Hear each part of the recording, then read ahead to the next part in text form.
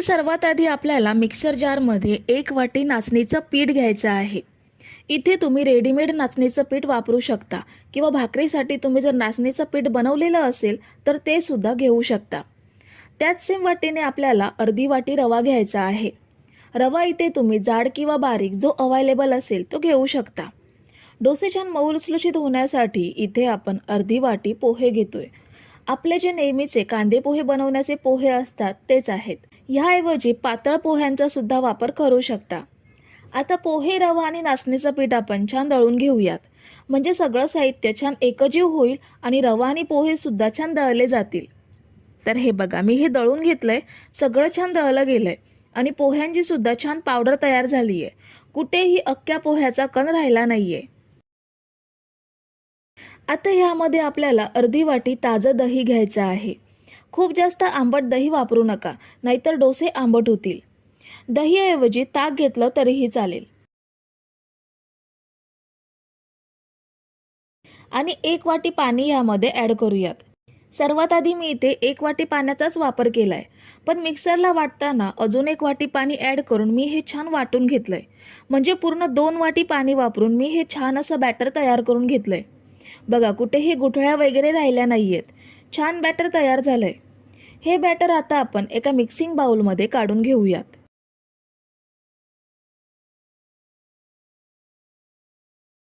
Batter mixing बाउलमध्ये काढून घेतल्यानंतर ह्यामध्ये आपल्याला चवीनुसार अर्धा चमचा मीठ ॲड करायचा आहे आणि बॅटरमध्ये छान एकजीव करून घेऊयात।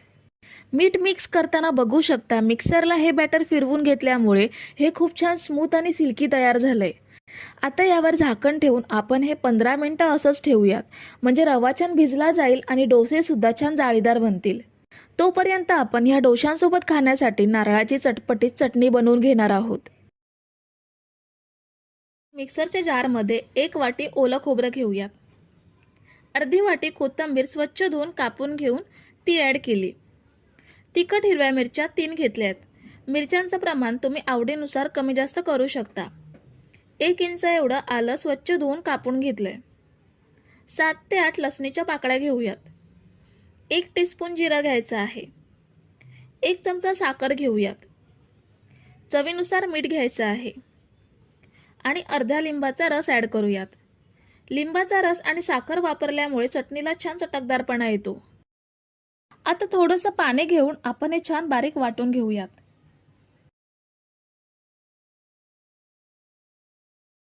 हे बघा, आपण मस्त चटणी बनवून घेतली आहे, छान बारीक वाटली गेली आहे। आता आपण ही एका बाउलमध्ये ट्रान्सफर करून घेऊयात। तर पीठ आपण 15 मिनिटं सेट करून घेतलंय।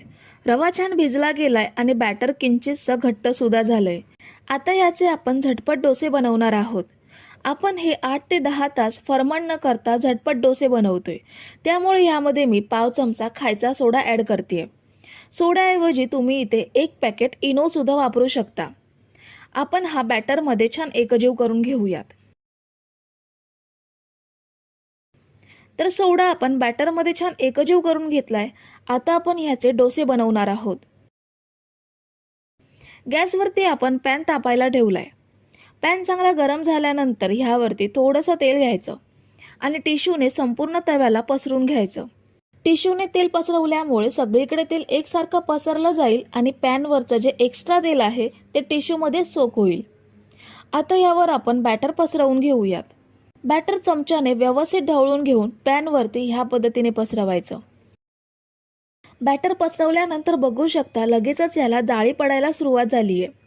खूपच छान, अगदी घावण्यांसारखी याला छान जाळी पडते। वरून पाव चमचा एवढंच तेल ह्यावर सोडायचं आणि 1 मिनिटाच्या आतच हा डोसा एका साईडने छान भाजला जातो। डोसा दुसऱ्या साईडला परतून दुसरी साईड सुद्धा मिनिटभर भाजून घ्यायची।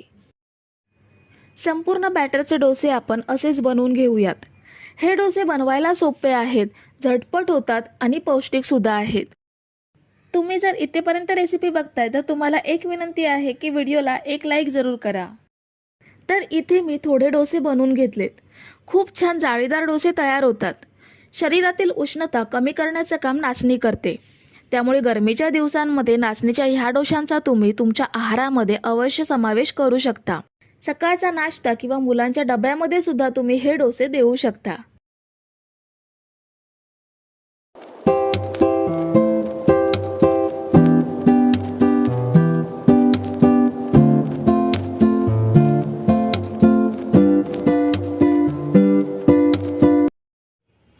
सर्वात आधी आपण एका परातीमध्ये 4 वाटी नाचणीचं पीठ घेऊयात. सगळं साहित्य आपण ह्या एकाच वाटीने घेणार आहोत. इथे आपण नाचणी स्वच्छ धुवून सुकवून त्याचं पीठ बनवून घेतलंय.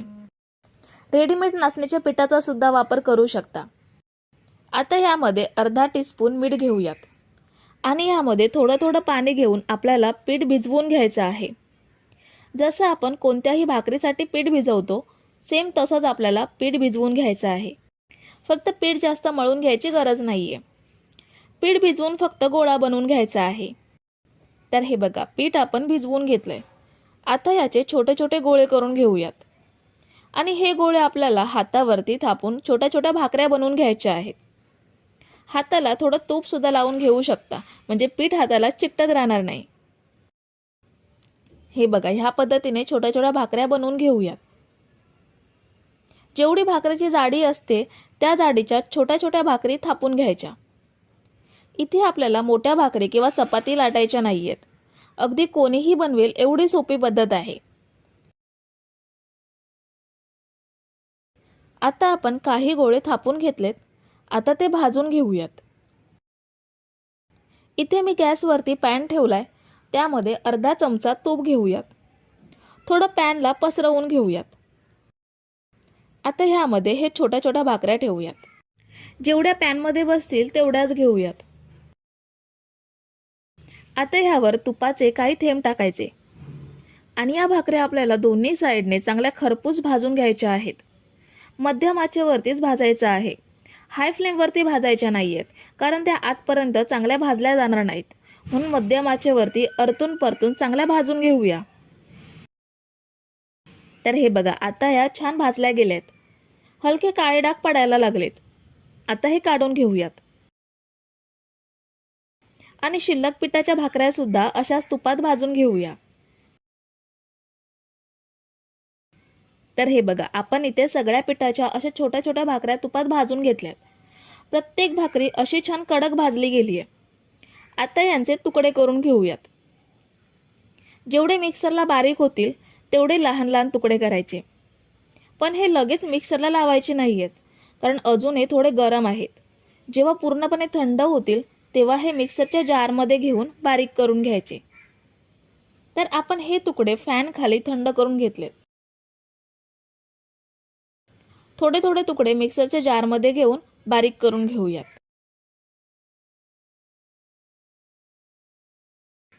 हे बघा, आपण हे भाकरीचे तुकडे मस्त असे मिक्सरला बारीक करून घेतलेत. ह्या पद्धतीत त्यांची छान पावडर तयार झाली आहे.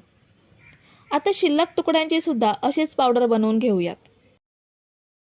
आता पुन्हा पॅनमध्ये 1 चमचा तूप घ्यायचा आहे आणि यामध्ये पाव वाटी बदामाचे काप घेऊयात. पाव वाटी काजूचे तुकडे घेऊयात आणि पाव वाटी भोपळ्याच्या बिया घ्यायच्या आहेत. आता हे आपल्याला तुपामध्ये हलके डाग पडेपर्यंत भाजून घ्यायचे आहेत. इथे तुम्ही सुकं खोबरं, खारीक, मनुके, अक्रोड असे तुमच्या आवडीचे ड्रायफ्रूट सुद्धा घेऊ शकता. आता या ड्रायफ्रूट्सना हलके डाग पडायला लागलेत. आता हे पॅनमधून काढून घेऊयात. ड्रायफ्रूट्स भाजून झाल्यावर आपल्याला मोठी अशी पसरट कढई घ्यायची आहे. ह्यामध्ये 4 चमचे तूप घेऊयात. ह्या तुपामध्ये आपल्याला लाडूंसाठी गूळ विरघळवून घ्यायचा आहे. आपण 4 वाटी नाचणीचं पीठ घेतलं होतं. 4 वाटी नाचणीच्या पिठासाठी आपल्याला 2.25 वाटी गूळ घ्यायचा आहे. म्हणजे पूर्ण 2 वाटी आणि पाऊण वाटी एवढा गूळ घेऊयात. इथे मी साधा गूळ बारीक करून घेतलाय. तुमच्याकडे जर गुळाची पावडर असेल तर ती सुद्धा तुम्ही इथे वापरू शकता. आता गूळ आपण छान विरघळवून घेऊयात. आपल्याला गुळाचा पाक तयार करायचा नाहीये, फक्त आपल्याला गूळ विरघळवून घ्यायचा आहे. तर हे बघा, साधारण 4 ते 5 मिनिटातच पूर्ण गूळ विरघळलाय. गुळाचे अजिबात लहान खडे सुद्धा राहिले नाहीयेत. छान गूळ विरघळला गेलाय. आता यामध्ये नाचणीच्या भाकऱ्यांची पावडर बनवून घेतली आहे ती ॲड करूयात आणि त्याचसोबत भाजून घेतलेले ड्रायफ्रूट सुद्धा घेऊयात. लाडूंना छान स्वाद येण्यासाठी 1 चमचा वेलची पावडर घ्यायची आहे. थोडंसं जायफळ सुद्धा किसून घेऊ शकता. आता हे सगळं गुळाच्या मिश्रणामध्ये एकजीव करूयात. सगळं व्यवस्थित एकजीव करूयात, म्हणजे सगळीकडे गूळ एकसारखा मिसळला जाईल. आपल्याला हे मिश्रण फक्त एकजीव होईपर्यंतच गॅसवरती ठेवायचं आहे, हे शिजवायचं नाही आहे. त्यामुळे आता हे छान एकजीव झालं आहे. आता हे गॅस बंद करूयात आणि थंड करून घेऊयात. तुम्ही जर इथेपर्यंत रेसिपी बघताय तर तुम्हाला एक विनंती आहे की व्हिडिओला एक लाईक जरूर करा. तर आता आपलं मिश्रण कोमट झालंय. आपण हाताने लाडू वळून चांगला आकार देऊ शकतो एवढं थंड झालंय. आता ह्याचे लाडू वळून घेऊयात. हे खूप जास्त कोरडं नाहीये, त्यामुळे ह्याचे लाडू अगदी फटाफट वळले जातात. तर हा बघा, आपला पहिला दाणेदार मऊसूत नाचणीचा लाडू तयार आहे. सगळे लाडू आपण असेच वळून घेऊयात. हे लाडू जसे आपण गव्हाच्या पिठाचे चुरमा लाडू बनवतो तसेच सेम बनवलेत. फक्त गव्हाचं पीठ तुपामध्ये तळलं जातं, पण इथे आपण कमी तुपाचा वापर करून नाचणीच्या छोट्या छोट्या भाकऱ्या दोन्ही साईडला भाजून घेतल्यात आणि लाडू बनवलेत. आपण इथे सगळे लाडू बनवून घेतलेत. खूप छान लाडू तयार झालेत. तुम्हाला एक लाडू तोडून दाखवते. हे बघा, खूप छान लाडू तयार झालेत. हे तुम्ही मुलांना रोज डब्यामध्ये एक एक देऊ शकता, किंवा घरी सुद्धा अदल्यामधल्या वेळेत मुलांना किंवा मोठ्यांना सुद्धा हा एक एक लाडू देऊ शकता.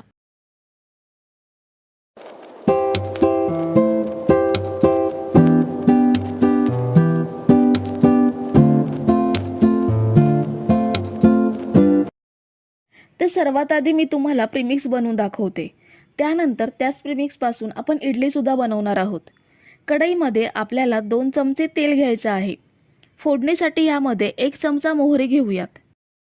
1 चमचा जिरं घ्यायचं आहे. थोडीशी कढीपत्त्याची पाने बारीक कापून घेतली. 2 तिखट हिरव्या मिरच्या बारीक कापून घेतल्यात. अर्धा इंच आलं किसून घेतलंय. 1 चमचा उडीद डाळ घेतेय आणि 1 चमचा चणा डाळ ॲड केली. डाळी तुम्ही तुमच्या आवडीनुसार कमी जास्त करू शकता, किंवा नाही आवडत असतील तर नाही वापरलात तरीही चालेल. ह्या इडलीचा पौष्टिकपणा वाढवण्यासाठी ह्यामध्ये तुम्ही काजू आणि बदाम सुद्धा बारीक कापून ॲड करू शकता. आता ही फोडणी आपल्याला मंद ते मध्यम आचेवरती खमंग परतून घ्यायची आहे.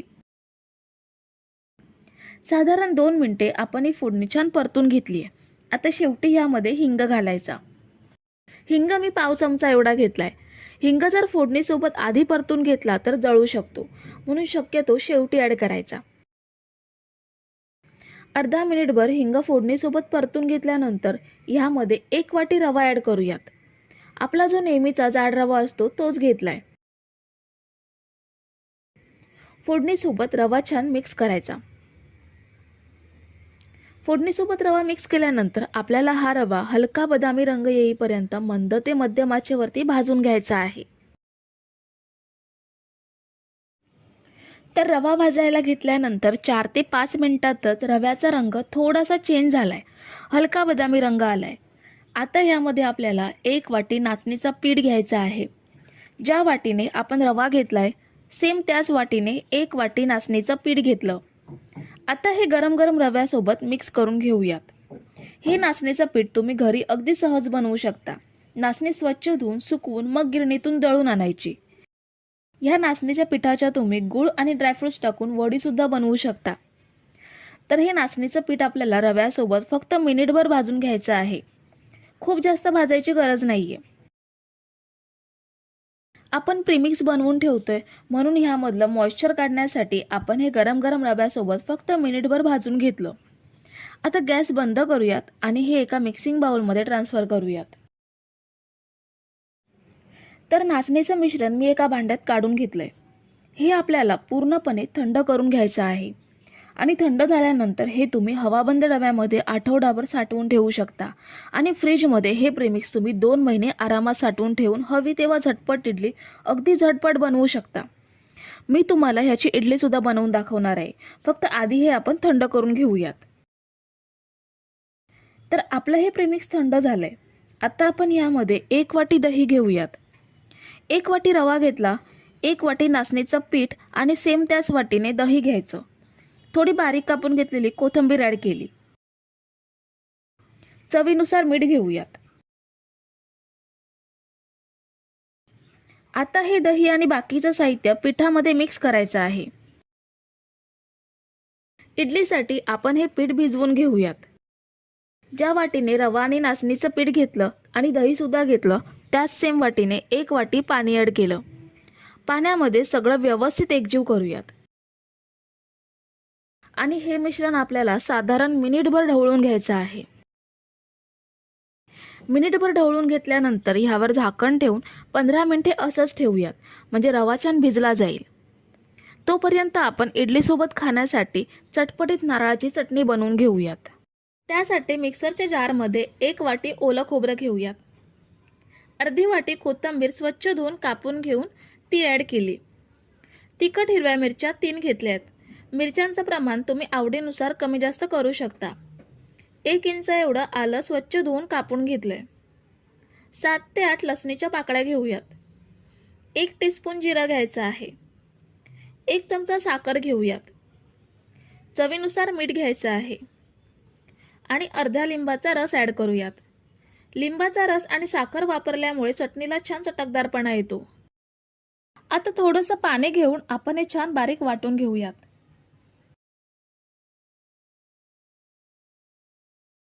हे बघा, आपण मस्त चटणी बनवून घेतली आहे, छान बारीक वाटली गेली आहे. आता आपण ही एका बाउलमध्ये ट्रान्सफर करून घेऊयात. तर 15 मिनिटे आपण हे मिश्रण झाकून ठेवलं होतं. रवा छान भिजला गेलाय आणि मिश्रणसुद्धा घट्ट झालंय. आता आपण इन्स्टंट इडली बनवतोय. त्यासाठी ह्यामध्ये 1 पॅकेट इनो ॲड करूयात. इथे मी रेग्युलर प्लेन इनोचं पॅकेट घेतलंय. लेमन फ्लेवर इनोचा सुद्धा वापर करू शकता, फक्त ऑरेंज फ्लेवर आणि बाकीचे फ्लेवर वापरू नका. ह्यावर पाव वाटी पाणी ॲड करायचं आहे आणि आता हे सगळं पुन्हा एकदा एकजीव करून घेऊयात. जर बॅटरची कन्सिस्टन्सी घट्ट वाटत असेल तर अजून थोडंसं पाणी ॲड करू शकता. तर आपल्या इथे परफेक्ट बॅटर तयार झालंय. आपण याच्या इडल्या बनवून घेऊयात. इडली प्लेटला मी तूप लावून घेतलंय. तुम्ही तेलाचा सुद्धा वापर करू शकता. बॅटर प्लेटमध्ये सेट करूयात. आता ह्या इडली आपण वाफवून घेऊयात. इथे मी आधीच थोडंसं पाणी कढईमध्ये घेऊन गरम करून घेतलंय. ह्यावरती दोन्ही इडली प्लेट सेट करूयात आणि झाकण ठेवून ह्या इडली आपल्याला 10 मिनिटे वाफवून घ्यायच्या आहेत. जर पाणी आधी गरम करून घेतलेलं नसेल तर इडली वाफण्यासाठी 5 मिनिटे अधिक लागू शकतात. तुम्ही जर इथेपर्यंत रेसिपी बघताय तर तुम्हाला एक विनंती आहे की व्हिडिओला एक लाईक जरूर करा. 10 मिनिटांनी आपण इडली वाफल्यात का ते चेक करूयात. इडली छान टम्म फुलले आहेत. सुरी टाकून बघूयात. हे बघा, सुरी क्लीन निघाली आहे. ओलसर बॅटर हाताला लागत नाहीये. आता गॅस बंद करून ह्या प्लेट बाहेर काढून थंड करून घेऊयात. तर प्लेट थंड झाल्यात. इडली आपण सेपरेट करूयात. अगदी सहज इडली सेपरेट होत आहेत. ही बघा किती छान जाळीदार बनली आहे. सगळ्या इडली प्लेटमधून काढून घेऊयात. ह्या बघा, आपल्या खूप छान इडल्या तयार झाल्यात. ह्या पद्धतीने तुम्ही प्रेमिक्स बनवून 2 महिने साठवून ठेवू शकता आणि ह्या प्रेमिक्सपासून हवी तेव्हा किंवा सकाळच्या घाईमध्ये सुद्धा 10 मिनिटात इडली बनवू शकता.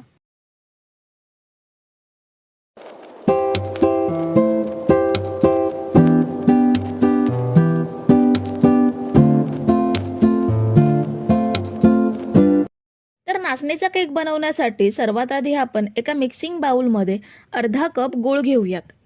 इथे मी सेंद्रिय गुळाची पावडर वापरली आहे. तुम्ही साधा गूळ सुद्धा वापरू शकता. पाव कप तेल घेऊयात. आपलं साधं जेवणाचं तेल आहे.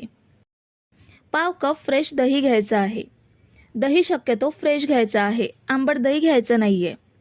अर्धा कप दूध घेऊयात. गाईचं किंवा म्हशीचं जे अवेलेबल असेल ते दूध घेऊ शकता.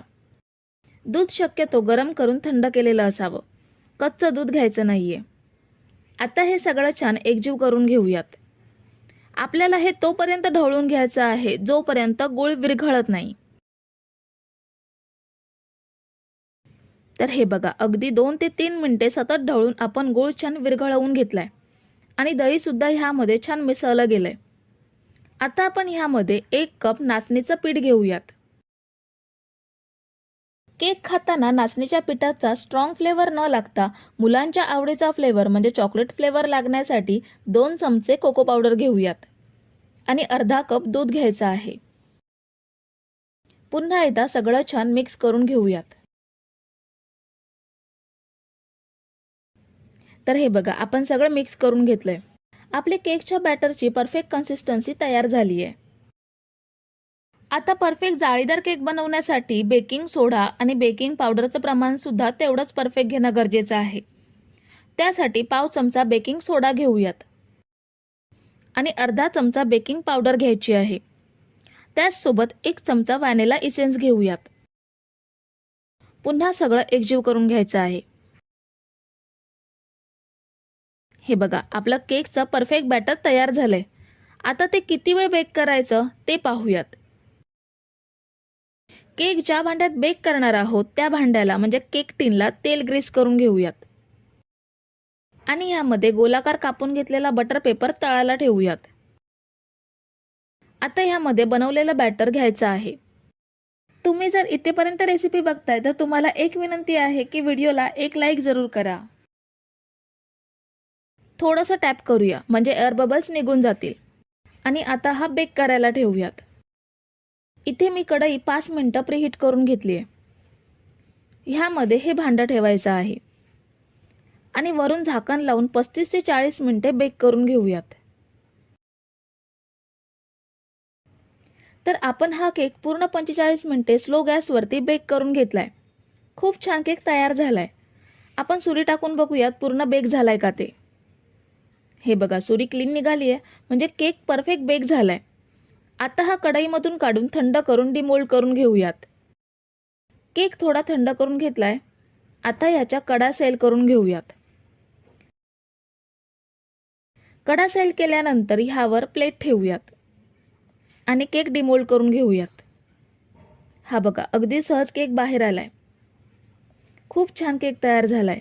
बघितल्यावर अगदी सेम चॉकलेट केक वाटतोय. ह्याचे आता पीसेस करून घेऊयात.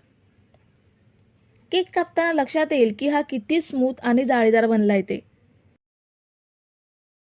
मी तुम्हाला एक पीस जवळून दाखवते.